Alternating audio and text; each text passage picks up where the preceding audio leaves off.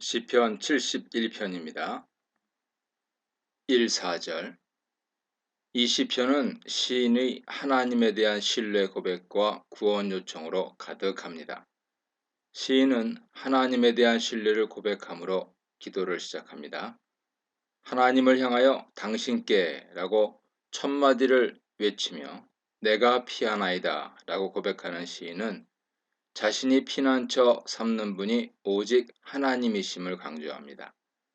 그가 하나님을 여호와여 라고 부르는 데는 하나님을 제외하고 어느 누구도 시인의 신뢰 대상이 될 수 없음과 하나님이 시인을 구원할 능력이 있는 분임이 암시되어 있습니다.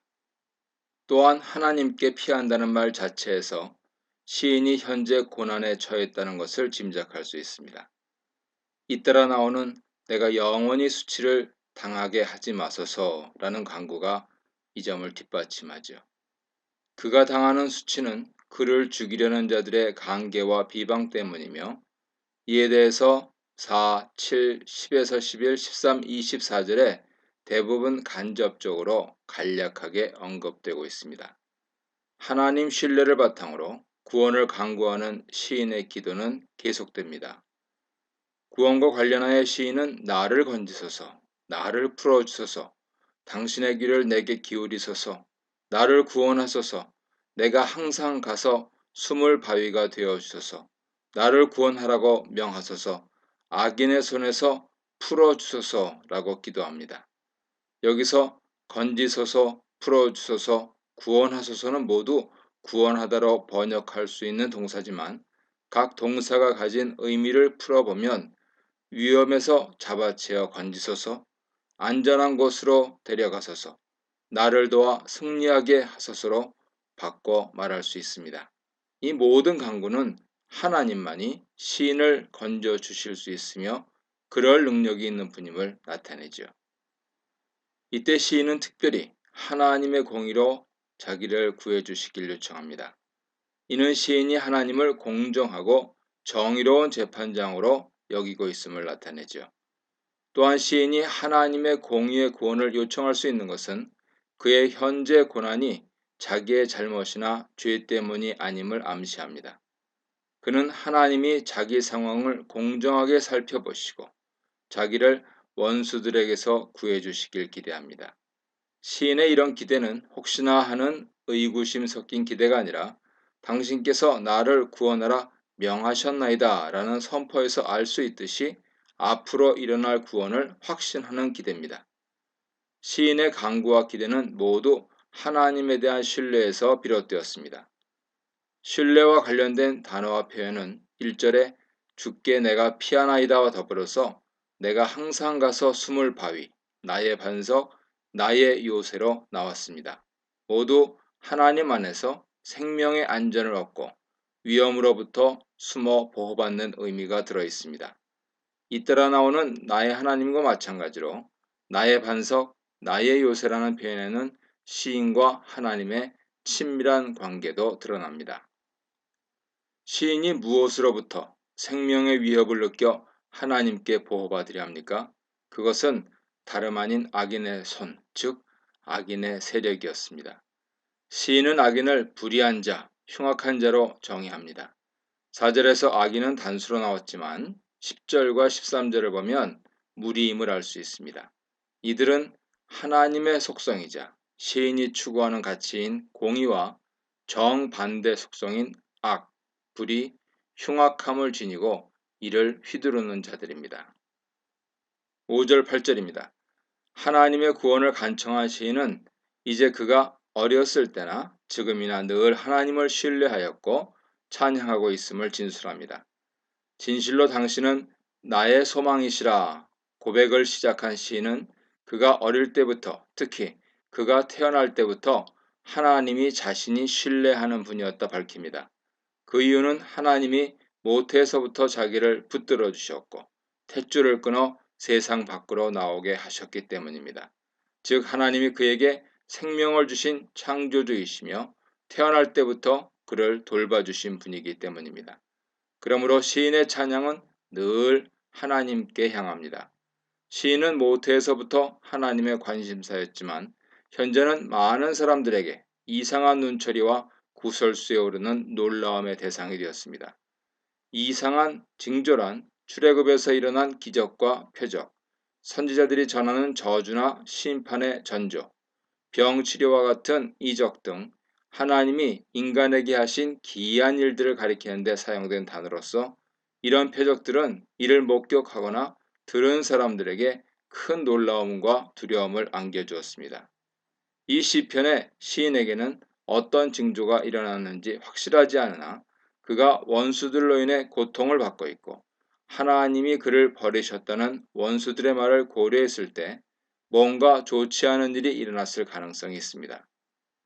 그러나 이런 때에도 하나님은 그에게 여전히 견고한 피난처십니다.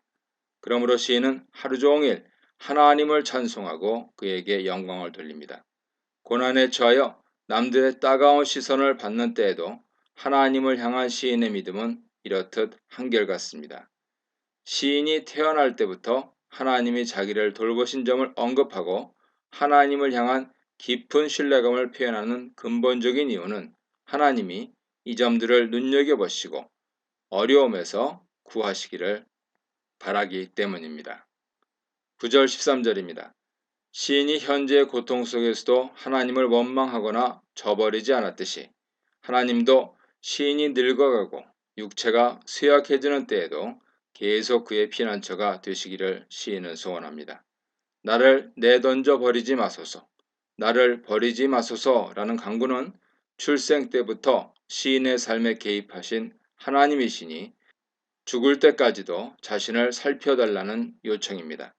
시인은 육신적으로 약해졌고 정신적으로도 고통이 심해 힘겹습니다. 특히 그의 원수들이 그를 향하여 하나님이 그를 버리셨다고 하고 그를 뒤쫓아서 잡으라, 그를 건질 자가 없다니까 라고 하지 않습니까? 이 원수들은 서로 작당하여 시인의 목숨을 노리며 앙심을 품고 그에게 재앙이 언제 닥치나 하고 탐색하는 자들입니다. 시인이 원수들의 이런 비열한 행동과 모욕적인 거짓말 때문에 수치를 당하는 것은 부당합니다. 그러므로 시인은 이런 원수들의 악행을 그의 강구에 간접적으로 언급하면서 하나님이 이를 보시고 수치와 욕이 오히려 그들에게 임하고 그들이 멸망당하길 간구합니다. 또한 하나님이 자기를 모르는 채 하지 마시고 서둘러 도우시길 간구합니다. 하나님이 신속히 그를 고난에서 잡아채지 않으시면 원수들의 비방과 거짓 소문은 사실을 진술한 셈이 될 것이기 때문입니다. 이와 같이 하나님이 악인에게 수치를 주시고 의인의 수치를 거두시며 악인을 멸망에 내버려 두시고 의인을 멸망에서 건지심으로써 하나님의 공의가 나타나게 될 것입니다. 14, 16절입니다. 시인은 그러나 나는 이라고 외치며 원수들은 죄 없는 시인에게 앙심을 품고 모해하지만 자신은 항상 하나님을 기다리며 계속 하나님을 찬송하겠다고 선언합니다. 하나님이 인생에게 행하신 셀 수 없는 많은 공의와 구원을 하루 종일 전하겠다고 다짐하며 선포합니다. 이번에 하나님이 시인이 겪고 있는 고난에서 시인을 구원하시면 헤아릴 수 없는 하나님의 공의와 구원의 사건이 하나 더 늘어날 것입니다. 시인은 하나님의 구원이 오로지 하나님의 힘과 공의로 성취될 것을 압니다. 그러므로 자기 자신에 대한 자랑이 아니라 오직 하나님의 공의로운 간섭을 사람들이 기억하도록 알릴 것입니다. 이는 아직 하나님이 시인을 건지시지 않았지만 3절에서와 마찬가지로 자기를 건지실 것을 확신하고 이를 선포함으로써 자신의 하나님에 대한 신뢰를 재확증하고 하나님의 신속한 구원의 응답을 촉구하는 것입니다. 이 문단에서는 흔들리지 않는 분은 오직 하나님, 믿음은 오직 하나님, 소망은 오직 하나님에 대해 묵상해 보시기 바랍니다. 17, 18절입니다. 하나님은 시인이 태어날 때부터 그의 보호자가 되어주신 것만이 아니라 그를 가르치는 스승이 되어주셨습니다. 이 말은 시인이 늘 하나님의 계시를 받아 배웠다는 의미가 아니라 기록된 하나님의 말씀이나 부모나 다른 이들을 통한 하나님의 가르침을 듣고 암송하기 위해 읊조리며 자라왔다는 말로 이해할 수 있습니다. 시인은 어렸을 때부터 나이가 든 지금까지 줄곧 하나님을 신뢰하며 배우고 하나님의 능력을 담대히 다른 사람들에게 증명하였습니다. 이번에 하나님이 또 구원의 능력을 보여주시면 이번에도 하나님의 놀라운 구원을 전파할 것입니다. 그는 이 세대에게만이 아니라 다가올 세대에게까지 하나님의 구원을 전하려는 의지를 불태웁니다. 이때 시인은 9절의 강구로 돌아가서 하나님이 자기를 버리지 마시고 계속 피난처가 되어주시기를 다시금 간구합니다. 한편 여기서 반복되는 버리지 마소서라는 간구 9절, 12절, 18절에 나옵니다. 이 간구는 원수들의 하나님이 그를 버리셨다는 주장을 생각나게 하여 긴장감을 일으킵니다. 현재 하나님 응답이 없으므로 하나님이 시인을 버리셨다고 봐야 합니까? 시인은 하나님의 무응답과 무관심을 이제 받아들이고 포기해야 합니까? 시인은 하나님이 멀리 계시고 떠나시고 내버려 두시고 귀 기울이지 않으시는 것 같이 느끼는데 이런 유사한 상황은 성경의 다른 책이나 시편에서 종종 찾아볼 수 있습니다. 그러나 시편 27편의 시인이 권면하듯 공경에 처했을 때 하나님의 얼굴을 구하고 하나님을 바라봐야 합니다. 이 시기는 단련의 기회이며 하나님을 더 신뢰할 수 있는 기회이기 때문이죠. 하나님이 고난을 주시는 것은 잠깐이고 우리의 인내를 위함이며 하나님과 우리의 관계 회복을 위함이고 하나님의 영광이 드러나고 우리로 칭찬이 되게 하기 위함입니다. 더구나 이 시편에서 시인은 부당하게 고난을 받고 있으므로 하나님의 공의를 구하는 것이 마땅합니다. 스스로 복수하지 말고 하나님을 기다리면 그의 구원이 임할 것이기 때문입니다. 그러나 죄를 지었을 때에도 하나님은 내게로 돌아오라, 나를 찾으라고 하셨지 방관하거나 포기하고 죄의 형벌을 기다리라고 하지 않으셨습니다. 요엘 2장 12절 이하 아모스 5장 4절 보세요. 하나님께 구하지 않고 돌아오지 않는 행동, 진정으로 회개하지 않는 행동을 책망하셨습니다. 이처럼 죄로 인한 고난의 때에도 하나님은 그의 백성을 결코 버리지 않으시고 그들이 돌아오기를 애타게 기다리십니다. 그러므로 어떤 고난의 때든지 적극적으로 하나님의 도움을 찾고 불러야 합니다. 항상 하나님을 바라보고 고난의 때 능력의 하나님께 도움을 구하는 것은 소극적이고 수동적인 행동이 아닙니다.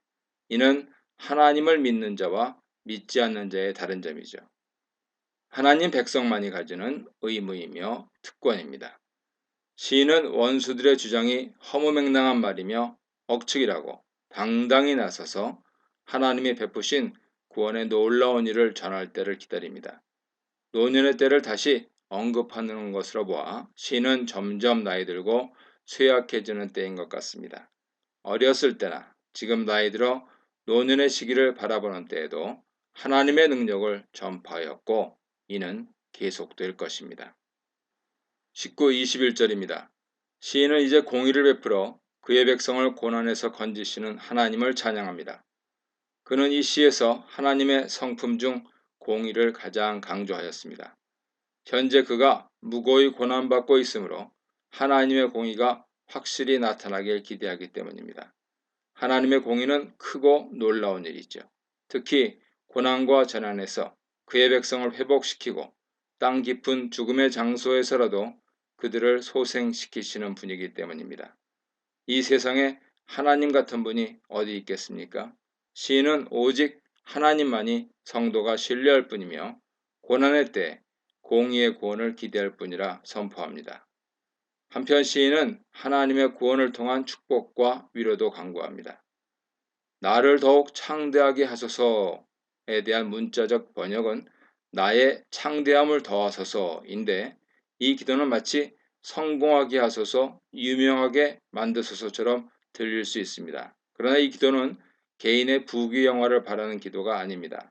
그 근거는 첫째, 앞에 19절에서 나오는 하나님의 큰 일과 창대함이라는 단어가 모두 히브리어로 큰이라는 같은 단어에서 파생되었으므로 시인이 말하는 창대함이란 자신의 명예나 명성보다는 하나님이 자기를 구원하신 그 큰 일과 같은 창대한 일을 자기에게 계속 일어나게 해달라는 간구로 이해할 수 있습니다.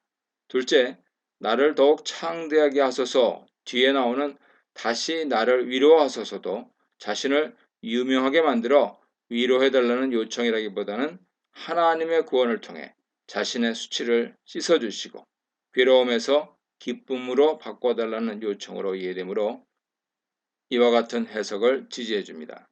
셋째, 이 시편 전체에서 시인이 자신의 명성을 드높이려는 의도는 나오지 않고 오직 하나님의 공의와 구원을 전하고 찬양하겠다는 의지만 반복된다는 점도 이 해석을 지지해 줍니다. 넷째, 이스라엘을 포로에서 돌이켜 천하 만민 중에 명성과 칭찬을 얻게 하시겠다는 하나님의 약속처럼 하나님의 구원을 통하여 하나님 덕분에 수치가 아닌 칭찬을 얻게 되는 것은 오로지 하나님의 은혜이기 때문입니다.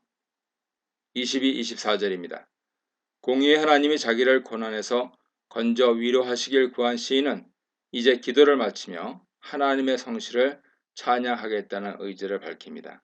시인은 악기를 연주하고 기뻐 외치며 하나님을 노래할 것이라고 말합니다. 그가 하나님에 대해 찬양하는 내용은 하나님의 성실하심입니다. 사람이 태어날 때부터 여러 고난과 행복을 겪는 시간과 늙어 백발이 될 때까지 하나님의 변함없는 공의와 사랑을 시인은 찬양합니다. 악기를 연주하든 목소리로 찬양하든 소리쳐 외치든 하나님의 속성과 하신 일에 감사함으로 시인에게 진정한 기쁨이 넘칩니다. 시의 곳곳에 항상 종일토록 더욱더욱과 같은 표현이 나오면서 시인이 시시때때로 하나님을 생각하며 찬양하는 모습을 볼 수 있습니다. 여기서 나의 하나님이여 이스라엘의 거룩하신 주여를 포함하여 시 전체에서 시인이 자주 부르는 하나님의 호칭 하나하나에 하나님에 대한 신뢰가 담겼습니다. 처음으로 나온 이스라엘의 거룩하신 주라는 호칭은 하나님이 이스라엘을 구원하여 이집트에서 구출하시고 그들과 언약을 맺고 그들에게 거룩한 하나님을 따라 거룩한 나라가 되길 원하신 것을 상기시킵니다.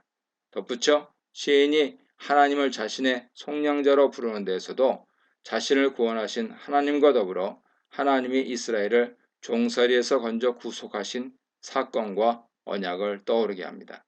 구속자이신 하나님은 시인과 이스라엘의 소망이며 찬송의 대상입니다. 시인은 하나님 찬양만이 아니라 하나님의 공의를 종일 읊조릴 것이라고 선언합니다. 하나님의 공의를 중얼거린다는 것은 시편 1편 2절에서 행복한 자가 하나님의 말씀을 기쁨으로 삼고 그 말씀을 중얼거리는 것, 묵상을 연상시킵니다. 하나님이 교훈하신 말씀과 하나님이 베푸신 구원과 은혜를 잊지 않기 위해 끊임없이 반복한다는 의미죠.